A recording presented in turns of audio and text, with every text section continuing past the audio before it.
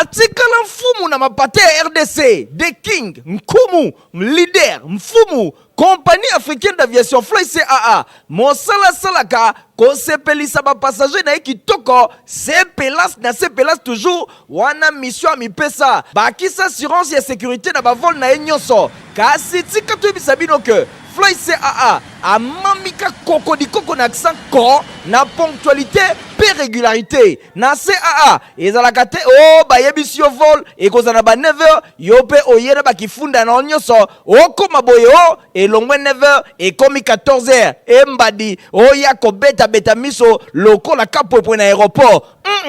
awa soki balobi 9h etikali 9h koya na yo kutu retard te po okolelebele pamba ponctualité nde affaire na bango ebongo côté régularité kutu tika na yo pardon po ba vol erataka te na ba fréquence nyonso ya ba différents vols na ba différentes destinations ezalaka respecté kitoko. Fly CAA mojalisi bana mboka na bapaya esi bandima yo mfumu The King. Bon, David Osman, merci pour votre télévision. On a vu nos points dans le journal. Il y a peuple.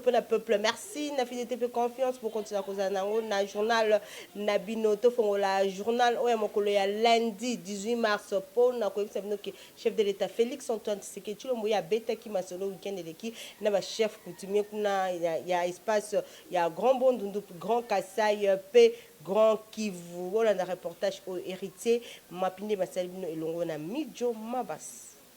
Président de la République, Félix Antoine Tshisekedi Tshilombo, a Betaki Masolo, week-end et l'équipe et l'ongona chef coutumier, il y a espace Grand Bandundu, Grand Kassai, Grand Kivu. Balobela qui gestion, il y a affaire coutumière, pe situation sécuritaire na Est et la République démocratique du Congo. Balobi ba sollicité et pas il y a chef de l'État, détachement et ba prérogative, il y a ministère intérieur pour na créer ministère moko propre, il y a chef coutumier. Boyendenge Armand Ibanda, chef coutumier, il y a Grand Bandundu Atalisaki, alobi ba sengi na président de la République a maximisé ba effort oyo ezali kosalema pour na premier mandat na ye pour que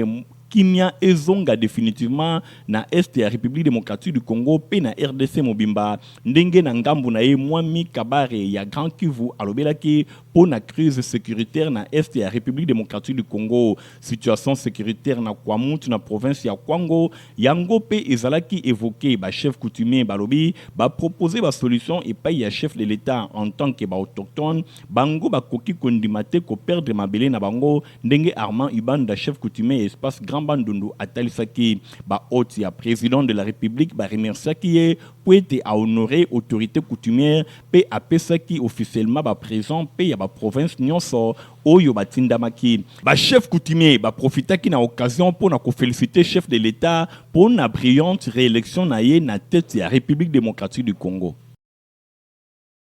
L'État Bongo Masolo, Assemblée nationale, pour nous, que les députés nationaux, Bango va déclarer que recevable règlement, n'anga que le projet à règlement d'ordre intérieur et à Assemblée nationale. Les Zalaki, na plénière au Bazalaki, na Ango, na Mokambemi, à président, il y a bureau d'âge. Christophe Mbosso Kodia. L'honorable député, que conformément au prescrit de l'article 115.1 de la Constitution, la session ordinaire de mars. Nasuke plénière, oyo ezalaki consacré un examen et adoption, il y a rapport, il y a commission chargée, il y a élaboration, il y a règlement d'ordre intérieur, il y a assemblée nationale. Ba député ba déclaré qui recevable rapport oyo pe bureau d'âge article 48 heures et pas il y a ba député nationaux pour ba verser ba amendement na bango avant que eye bana kozonga na assemblée plénière pour na adoption na yango article par article. Bosimba ke commission spéciale oyo ezali chargé pour na ko élaborer règlement intérieur il y a assemblée nationale ezali dirigé et pas il y a député national Jacques Njoli ba dévoiler qui contenu il y a rapport il y a misala na bango na commission ndenge président Jacques Njoli a talifi mosala oyo basali ezali important donc boy document oyo ezali corriger fonctionnement ya chambre basse ya parlement ezali ko viser mingi ba pratique ya standard universel na point de vue ya mosala oyo esalemi ba innovation ya ndenge na ndenge e monani finalité ezali ko permettre na chambre basse ya parlement ba na ko assumer ba mission na bango oyo epesameli bango. ezali mingi kotali sa charge ya qualité oyo ya ba représentant ya peuple et longona mission nyonso bazali ko exiger ba devoir ya déontologie pe ya redevabilité alobi règlement na bango ezali kozwa en charge devoir ya ko légiférer ya ko voter mibeko ya intérêt général pe ba loi oyo ezali ko répondre à ba besoins sociaux de base. Oui, commission spéciale, batalisa qui peut ba ambition ya kotia en place, pour rationaliser ba mécanisme ya contrôle, pays ya exécutif, ba entreprise, pe établissement public nyonso, et longo na ba service ya l'État, oui, ba institution mosusu indépendante ya appui ya démocratie, et sengeli pe bonne gouvernance et tel samaka, pe ba ba outil oyo constitution, et zali kopé sa bango maîtrise ya chambre base, afin que mosala eye bana kosala mamalamu. Jacques Njoli a talisi que commission a travaillé dans le sens ya améliorer mission ya suivi et évaluation pe ba recommandation ya ba résultat nyonso ezali mise en œuvre mobeko oyo ezali voté pe mise en œuvre ya politique publique na ba matière nyonso focus ya mosala oyo esalemaki na deux commissions etiamaki sur pied mingi penza ya ba question ya droit de l'homme ba question ya suivi pe évaluation na tina wana ba préoccupation ezalaki prise en compte mingi penza statut ya parlementaire clarification et longona pouvoir judiciaire ba mécanisme ya réquisitoire ya fin ya ba information pe ba mécanisme ya réquisitoire et ba poursuite pe ya cohérence na procédure avant cours aye bana kosala mosala pe commission oyo balobela ki lisusu mosala ya migration oyo esengeli esalema na papier vers parlement oyo ezali ko utiliser ba nouvelle technologie et information pe ya communication oyo ezali ba moyen immatériel extraordinaire. Kaka le de l'Assemblée nationale, le Bobake, week-end de l'équipe, Bossimaki na plénière, au Basala qui deux membres, il y a bureau d'âge, au Basala qui vont invalider, Basala qui vont remplacer. Reportage. Ba députés nationaux il y a 4e législature ba se retrouva qui pour la plénière où ils allaient qui consacrer un examen et adoption il y a rapport il y a commission spéciale chargée à élaborer règlement d'ordre intérieur il y a assemblée nationale le 15 mars coïncida qui na ouverture il y a session ordinaire il y a mars 2024 pour le numéro 1 il y a chambre basse il y a parlement à l'objet session ordinaire oyo inaugural et Koutani Nalikambo etali article 114 alinéa 4 il y a constitution président ya bureau provisoire Christophe Mbosso a pesaki communication et paiwapi a rappelaki que bureau d'âge et Monique balongoli ba secrétaire na bangomi balé ba Benjamin suite na arrêt RC numéro 13/89 il y a le 12 mars 2024 il y a cour constitutionnelle oyo azali ko proclamer ba résultat définitif il y a législatif national il y a le 20 décembre 2023 boy ben installaki bango bazalaki bongo AG Matembo, Toto Moïse, P. Serge Bahati, Bango va perdre la qualité des députés nationaux et Sengelaki directement pour remplacer Bango. Natina Wana, Bakenda Kimbalamoko et pas ya secrétaire général ya Assemblée nationale et pas wapi atalaki ba dossier à ba candidat ba députés nationaux Bimwala Ron Roger Etienne Oyo Azali Bongo Eli Lukunga abotama le 16 juin 1996 avant 28 ans Penzuzi Umba Percy Eli Matadi ye abotama le 4 mars 1994 Bangomi Balé bazalaki désigné ba secrétaire ya bureau d'âge na remplacement ya Serge Bahati pe AG Matembo Toto Moïse oyo ba mandat na bango ezalaki invalidé et pas ya cour constitutionnelle avant examen et adoption ya rapport ya commission spéciale chargée élaboration ya règlement d'ordre intérieur à Assemblée nationale honorable Christophe Mbosso a talisaki que session ordinaire ya mars 2024 et sengela ki fungwama le 15 mars 2024 kasi bazana contrainte moko juridique oyo etalisami na article 114 alinéa 4 ya constitution oyo ezali kolobela ke session extraordinaire ezali kosuka kaka na épuisement ya ordre du jour pour na numéro 1 ya chambre basse ya parlement alobi ke distinction entre session extraordinaire inaugurale ya législature pe ya session extraordinaire en cours ya législature oyo ezali prévu na article 116 ya constitution ezali kotalisa ke assemblée plénière esengeli a poursuivre mosala na ye na session extraordinaire si ordre du jour ekozala épuisé. To poursuivre journal pour la que conflit à ma casse ya succession eza kolekala na famille Massamba ba frère aîné ba outi ko funda leki na bango na citation directe c'est-à-dire na pénal audience seulement qui lundi 18 mars 2024 na tribunal de paix ya commune ya Matete Stéphanas Kande. Molimo ya kaina ekoteli makasi bana ya Fesimo Masamba Makela mingi ba frère aîné totangi député honoraire Rémi Masamba, professeur Roger Masamba Malonga Jean de Dieu, Masamba Mantemo Oscar pe misusu bango nyoso bafundile kina bango Eric Masamba Mazola na citation directe, c'est-à-dire bafundiye na pénal tribunal ba condamné leki na bango Eric Masamba Mazola akende kopema na prison. Selon bango leki na bango Eric Masamba Mazola asali ba infraction na assignation na ye oyo a déposaki na tribunal pona kosenga na justice baka bola bango héritage. Talatina ya audience ya lundi 18 mars 2024 na tripe ya Matete ndenge avocat na bango apesi ba explication. Oui, audience mukolo lelo ezali ke bana ya fait papa Masamba oyo azalaki promoteur ya école Masamba bana na ye oyo ya mikolo par rapport à oyo ya leki afundaki leki na bango Eric Masamba na citation directe pour ba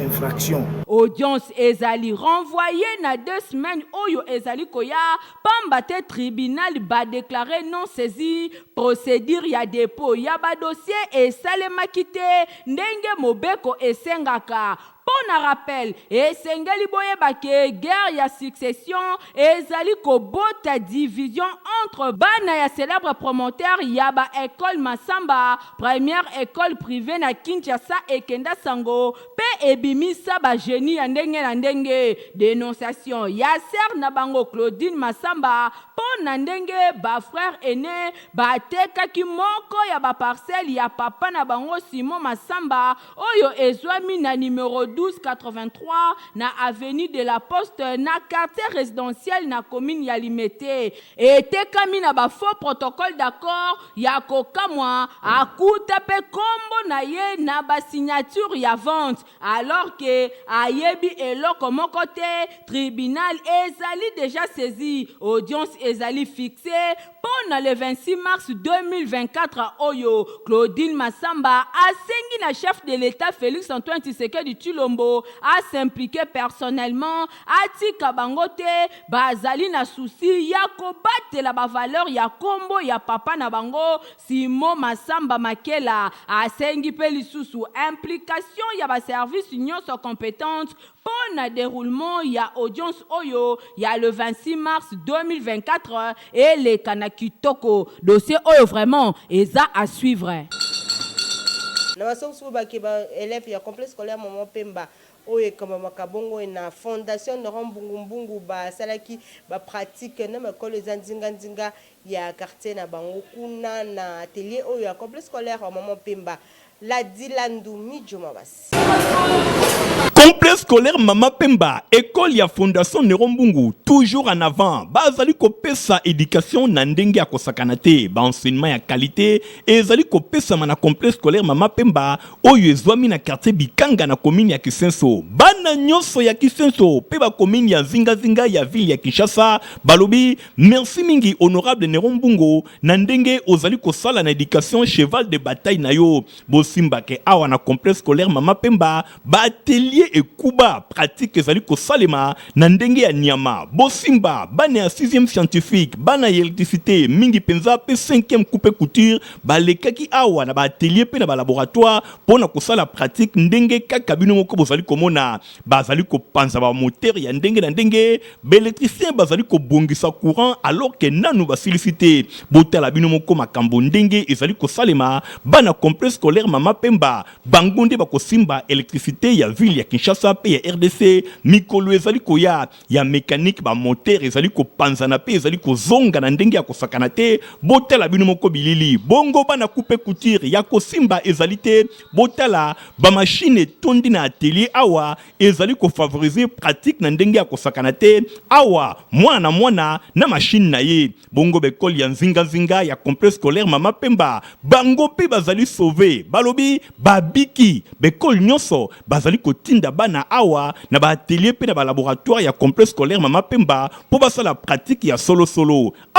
complexe scolaire Mama Pemba ya fondation Nerombungu balobi bana ya ekole nyonso ya nzinga bako kende lisusu ba commune ya musika teo bako suka kaka awa pona kosala ba pratique na bango mama papa osepeli mwana azwa enseignement ya qualité yebaka honorable Nerombungu fumabanga moyo et si apesa solution awa na complexe scolaire Mama Pemba nyonso ezali sur le plan pratique ya kosamba ezati kaka na masolo etali complexe scolaire Mama Pemba boyebaki baeleve complexe scolaire Mama Pemba basalaki ndenge omisano culte na bango basalaka tango nyonso. Reportage la Dilandu. Ndenge kaka ezalaka momesano na complexe scolaire Mama Pemba école ya fondation Nerombungu ba personnel ba se retrouvaka chaque lundi batikaka mosala na bango na maboko na Nzambe pamba te initiateur ya école oyo azali bongo mosali na Nzambe honorable Nerombungu bosimba ke ba personnel nyonso ba se retrouvaki pona ko abandonner poste na maboko ya Nzambe culte d'action de grâce oyo ndenge ozali komona elekaki vraiment kitoko ba personnel nyonso bateyamaki epai ya moko na bango Elika Kesa alobelaki mingi na mokanda ya Luc alobi malgré nyonso tokoki kozala na yango kasi to reservaka pe esika ya Nzambe tango nyonso na mosala na biso message na ye ezalaki capté 5 sur 5 ba personnel nyonso batondisamaki na esengo pe basepelaki kosele semaine na bango epai na Nzambe enfin que Nzambe ayeba na kobénir mosala na bango abénir complexe scolaire Mama Pemba pe abénir honorable Nerombungu oyo azali initiateur na yango na micro ya Info Lingala journal ya peuple yemoko Elika Kesa alobi boy monsieur Elika Kesa personnel na complexe scolaire Mama Pemba to uti na kilt na biso ya tongo tozalaka nango chaque lundi oyo wapi ezalaki ordonné na les visionnaires de l'école à la personne de Nerombungu chaque lundi ba personnel basangana kapo na culte na tongo avant kobanda musala et puis kotika semaine mobimana loboko Nzambe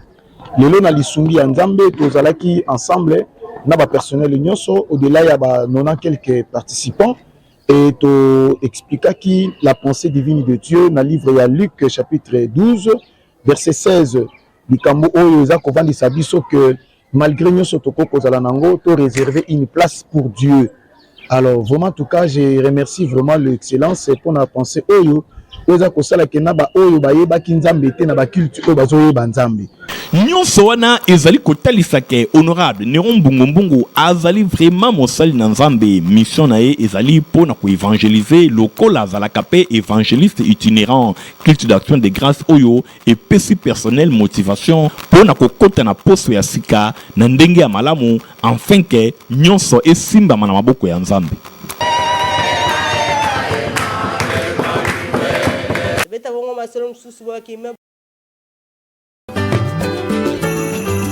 Likambo etali érosion na ville ya Kinshasa bisika ebele bazali konyokwama bazali kotalela kaka gouvernement ya République démocratique du Congo po bayeba na kosala bango eloko awa toza na quartier Kimbondo na commune ya Mongafula botala bino moko érosion ndenge elia pe ezali ko continuer kolia bato batondisami na pasi pe mawa misu na bango ezali kaka epai ya ba autorité ezaka na Kimbondo na Mongafula te même na champ de tir na commune ya Ngalema pe bisika ebele na quartier Ngomba Kikusa epai wapi population basangani bateleli gouvernement balobi esengeli vraiment basala quelque chose pona ndambu ya bandako oyo etikali nzoka nde mingi pe babungisa bandeko kaka na likambo etali kozanga banzela liwa ekotela bango ba reporter ya Info Lingala journal ya peuple babetaki tour kuna boyoka population ndenge azali kolela cette érosion oyo ekomi à quelques mètres ya route nationale érosion au place euti kuna bandako to perdre balopango batu bakufi ba makambo ebele salami kuna na se bato baza na se kuna baza kolela ba eloko biso to sengi na bakonzi bo soutenir biso kaka libulu ngala utolongola zemi na ngata mbule panzani awa koto ngambu ngamba na ko tika ngabwe na kaita ngabwe na bota na terrasse nakokende par 4 chemins tena kende kotoke epai ya bato sans pour autant kotoke epai ya baoyo batelemisi biso awa Érosion oyo elekeli biso ebandaki muke na maboko kaka tozobunda po ebonga. Mais l'air boko bunda bosali cotisation to basaki to banini na ba salaire maigre toza nango. Bokomona pe mbule eye memi biloko nyonso. Donc to dépenser jusqu'à tel point que tozo ko kapeli susu ko cotiser poto finika libulo. Ezneti biso moyen to déplacer ezate. Tala ba age to komi na bango na okende ko futela wapi. Na mbongo nini. Alors odie kena kende ko futela basunga biso bakundela biso mwa oyo batia biso ata mwa terrasse maye kende. Pona ko accéder ko kenda ta musala tout un problème. Soki ka mbule beti moyen to longwa awa ko kende na bisika tozo sala. Tozo beta ta ba 2 semaines na bandako kuna pe absence okebo bakati lisusu mbongo. Souffrance sur souffrance mon frère. Na ebite soki bakoyokela biso na oyo muke oyo lieke baya kokunda biso na ba cercueil ya bien na ba cortège ya banini malamu baya ko mbongo wana baya kosunga biso na yango quartier na biso ya ngomba kikusa. Donc champ de tir ezana nzela te, champ de tir ezana ba problème sérieux na banzi boki ndenge bandeko balobi to na maite toza na courant te, toza na érosion, toza na nzela ko bimate na sina loba la fois passé que ceux qui to bakangi quand to koza na place à ko bimela te et on tozaki ko lele pa ya président de la République avec la biso mawa Tobanzi kembela ya population ya Kimbondo ngomba kikusa champ de tir nangali mape na munga fula e yokani epai ya ba autorité bakosala makasi pona kosala misala enfin que érosion oyo ezali kolia banda kuna bango lokola ndenge bazali kolia nguba eyeba na kosila pe population avanda na kimia.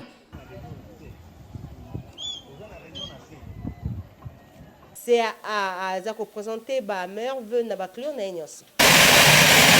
Ah oui, atikala mfumu na mapate RDC, The King, Nkumu, leader, mfumu, compagnie africaine d'aviation Fly CAA, Mosala Salaka, kosepelisa ba passager na kitoko, sepelas na sepelas toujours, wana mission mi pesa, bakisa assurance ya sécurité na ba vol na enyonso, kasi tika tu bisabino que Fly CAA a mamika koko di koko na accent ko na ponctualité pe régularité na CAA ezalaka te o bayebisi yo vol ekozana ba 9h yo pe oyena bakifunda na nyonso okoma boye o elongwe 9h ekomi 14h embadi oya kobeta beta miso lokola kapopwe na aéroport awa soki balobi 9h etikali 9h koya na yo kutu retard te po okolelebele pamba ponctualité nde affaire na bango et bongo côté régularité kutu tika na yo pardon po ba vol erataka te na ba fréquence nyonso ya ba différents vols na ba différentes destinations et ezalaka respecté kitoko. Fly CAA mojalisi bana mboka na bapaya esi bandima yo mfumu The King. La Masolo Italie Sport Bosimba qui phase playoff il y a Ligue nationale de football et Betama qui mon kitoko pour la 4e journée ba qui a ce club à Longa qui Dauphin Noir il y a Goma na 4 buts à 1 reportage. Il est dans la surface, il trouve son coéquipier et la tentative c'est bien logé Samson Salangwa. Weekend eleki ezalaki bongo ngala ya 4e journée ya playoff ya Ligue nationale ya football et paiwapi na stade de Martyrs de la Pentecôte équipe ya Vecleb a écrasaki AS Dauphin Noir ya ville ya Goma na 4 buts à 1 à partir ya 11e minute déjà na corner moko ezalaki tiré na ndenge ya malamu et pa ya Ebunga Saoulé défenseur Mwimba Isala a ko reprendre yango na mutu pe 1-0 en faveur ya Vecleb boye Eli Panzo a kosala mosala ya makasi na 21e minute pe a kosala centre moko et pa ya médiateur Sam Samangwa a ko tiré balle na musika libanda ya grand rectangle pe gardien Dauphin Noir a kozala battu 2-0 réduction ya score pour na compte ya Dauphin Noir et Salemaki na 31e minute boye avant basilisa première période équipe ya Vecleb a marqué le 3e but wana ezalaki bongo Platini Piana Munzinzi a kosala centre Ikangalombo a kobeta coup de tête pe score et sukaki na 3-1 pour la première période. Centre d'Impiana Munzinzi Ikangalombo Capella. Les 3e but de Vita Club. Na deuxième période partie et komaki bongo équilibré Vecleb abakisaki kaka bimonko et paya attaquant na ye Eli Panzo oyo azwaki passe moko millimétré ya Ikangalombo akobattre gardien ya Dauphin Noir pe score esukaki na 4-1. Victoire oyo et PSV Club 8 points akasi atikali kaka na 3e position. Équipe ya Dauphin Noir pe na défaite oyo atikali kaka na 4 points na ye. Bosimba ke na ville Lubumbashi mengi penza na stade tout puissant Mazembe ya Kamalondo. Équipe ya TP Mazembe alongaki équipe ya Cercle Sportif Don Bosco na 1-0. Boye victoire ya tout puissant Mazembe et maintenir ye na première position avec 10 points. Kaka na ville de Lubumbashi, équipe ya AS Maniema Union alonga kibongo, équipe ya Lubumbashi Sport na 2-0. Équipe ya AS Maniema Union yepe atikali na 2e position avec 9 points. Bosimba ke mokolo ya jeudi ezali koya na ville ya Kindu na province ya Maniema, AS Maniema Union akoza na choc na FC Saint-Éloi Lupopo. Boye kuna na ville ya Lubumbashi, équipe ya Lubumbashi Sport akoyamba le même jeudi les Aigles du Congo ya ville ya Kinshasa. Poto malonga pa na bana na bineza protiva pio pe mokolo okokomela yango pesa ka santé ya kitoko. Ah merci, ya buine bana nyoso baza kuringa à la pochette.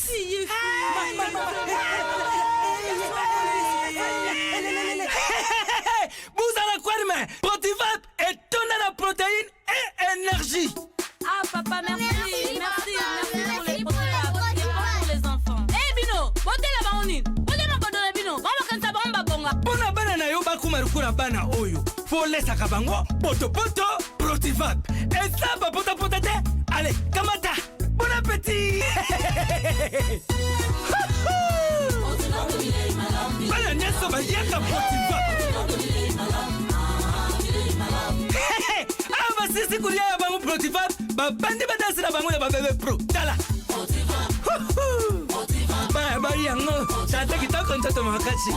Tukana mbimbi. Oyo tukana mbimbi. Makusa. Protivap. Poto kitoko pona ba bébé pro. Vous avez kebele pona kolanda info ninga la journal. Ya peuple la peuple ceux qui vous super qui na journal ça. Merci. Na Igor Ntingi Matomi na zaki na sima caméra concours rédactionnel ya Midjo Mabasi héritier mapini ma superviseur qui journal au montage et sima qui pa ya Christian Kengebe ninga la minute option rendez-vous donc la lobby au revoir. Ah oui, article mfumu na mapate RDC, The King, Nkumu, leader, mfumu, compagnie africaine d'aviation Fly CAA, Mosala Salaka, kosepelisa ba passager na kitoko, sepelas toujours, wana mission mipesa, bakisa assurance ya sécurité na ba vol na nyonso, kasi tika tu bisabino que Fly CAA a mamika koko di koko na accent ko na ponctualité pe régularité na CAA ezalaka te o bayebisi yo vol ekozana ba 9h yo pe oyena bakifunda na nyonso okoma boye o elongwe 9h ekomi 14h embadi oya kobeta miso lokola kapopo na aéroport awa soki balobi 9h etikali 9h koya na yo kutu retard te po okolelebele pamba ponctualité nde affaire na bango et bongo côté régularité kutu tika na yo pardon po ba vol erataka te na ba fréquence nyonso ya ba différents vols na ba différentes destinations et ezalaka respecté kitoko. Fly CAA mojalisi bana mboka na bapaya esi bandima yo mfumu The King